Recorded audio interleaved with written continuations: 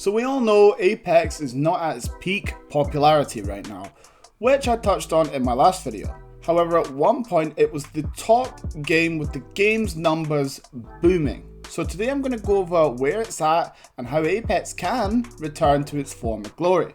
So if you're new and enjoy this type of content, please do leave a like and subscribe to help me reach 5,000 subscribers before the end of the year. And just before I start, boys, let me know in the comments what you think needs to be done in order to help Apex Legends return to the very top. So the current state of Apex is not the best. We have overpriced content, events, player count numbers dropping, server issues, as well as the huge cheater and teaming issues on top of the issues that were there before when the game was booming. And a lot of players who are fed up are leaving for good because of the same experience. I'll get into this in a moment, but what made Apex boom in that particular period, in my opinion, was some of its core elements like the fragment building, World's Edge, Kings Canyon, Skull Town, and the options it had with arenas, as well as the unique skins that they were dropping on a weekly basis. Now, I do think them releasing more modes lately and putting more effort in with some of the skins like we do have right now in the Halloween store has helped, but what I don't understand is when they release new modes and they release new events, they've just pulled them straight after the event is done and they're no longer available until they choose for when it's available again to play, which in my opinion for a lot of time is essentially pointless because you make new content and then you pull it back away anyway. I'm sure a lot of you have a similar feeling to that, something like Solos that came out, or at the time 3 Strikes was good, same with Revival when it first came out. I feel like especially for E-District, Revival just suits it perfectly. I don't think there's anyone watching today's video that prefers to play E-District in normal pubs versus the 3 Strikes mode. I think that map is, sorry, not the 3 Strikes mode, the Revival mode.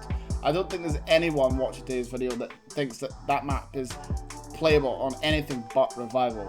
But now I'm going to go through and explain some things that they can add to help push it back to the top, as well as what's coming in the near future that could also help the game's popularity, which in turn could help the health of the game. So starting with what we know that both arenas and an OG season is likely coming to Apex, which could be huge for the game. And we know anytime Apex in the past have put out a big season like the one we've just had, with a new map, new battle pass, and new weapons, the next one seems to be quite tame. So I think if we got arenas, even if it's just pubs with some balance patches and maybe a new weapon, or maybe a shake up to some of the care package weapons, is something that could and most likely will happen. It would offer a good different option for a lot of the kill grinders, or a lot of people that don't enjoy the BR experience and don't want to play some of those smaller modes that want that competitive 3v3 type gameplay. I also think modes like Solos should come back and be a permanent thing, as it brought a lot of popularity to the game for those who enjoyed that experience. And I personally think all the maps should be in rotation, whether it's just in the normal public playlist or an option that I think, and I've mentioned on my stream, which I do stream on Twitch by the way guys, is there should be a Revival playlist with all 5 maps there. So you can play any map, doesn't matter the season, doesn't matter the time, and it's good for kill grinders, it's good for people that struggle to stay alive in pub games, you know, and just offers more variety, which in turn could help the game's player numbers. And I say that because if you don't like the current maps or prefer Stone Point or World's Edge currently, there is not really a reason for you to play outside of completing a few challenges or playing ranked. So for a lot of players, they might only like World's Edge and Stone Point, and right now those 2 maps are not in rotation, so outside of scrims or private matches, they cannot play those maps. As for the OG season, I could see this happening during Apex's anniversary season, which could do a lot in that period for the game, such as bringing back old Kings Canyon and old World's Edge maps, old modes and rare skins, free heirloom shards, potentially bringing arena rank back after reintroducing it, and some of the classic game modes that we've had all the way back in season 2. The potential for that season, or that period if you like, is pretty much unlimited.